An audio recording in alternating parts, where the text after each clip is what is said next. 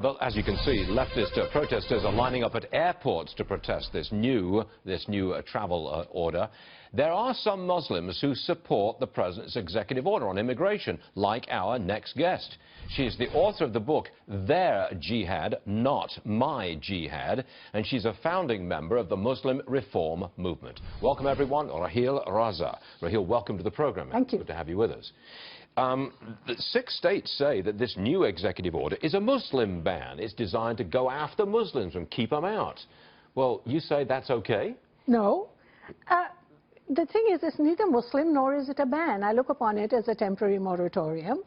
And it is not a Muslim ban. I am a Pakistani-born, practicing, observant Sunni Muslim.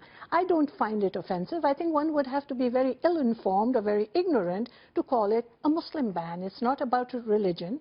It's about region. It is for the safety and security of Americans.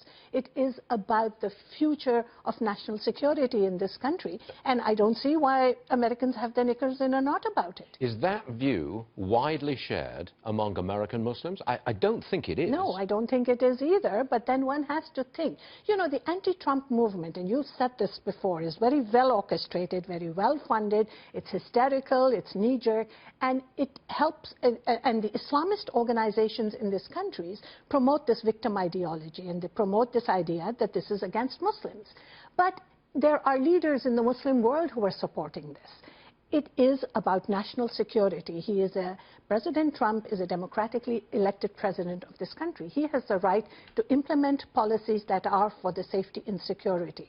And if it means a temporary moratorium on people coming in so that you can close the doors and tighten the policies, which were not done in the past 8 years of the Obama administration when he just waffled on this. He couldn't even articulate the word radical Islamist ideology. President Trump has hit the nail on the head when he said, we will fight radicalization. Do you feel like a victim? You're an American? You're an American citizen? I'm a Canadian. I'm sorry, Canadian. Okay. I've never felt like a victim. I'm a very loyal, strong Canadian citizen. I love North America, and I don't believe that most Muslims living in North America are victims.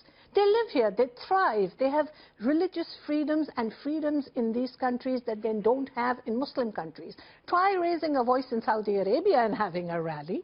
We'll see what the result of that is. What kind of support of the Muslim population of Canada and the United States, add them together, what proportion of that Muslim population would you say agrees with you? A very small population, and sadly, a very small percentage.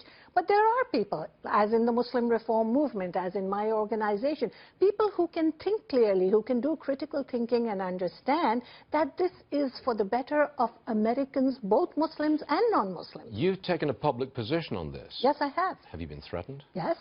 Really? How else would I think that it has an impact unless there was pushback? But yes, of course I have been threatened. I have hate mail. But the point is that one has to think clearly and not use emotions. You know, when people say Muslim, what does religion have to do with it? My being a Muslim is a private matter between me and my Creator. My being a citizen of this country, either of Canada or America, is what my public policy is. That's my public face. And I need to be loyal to the country in which I live.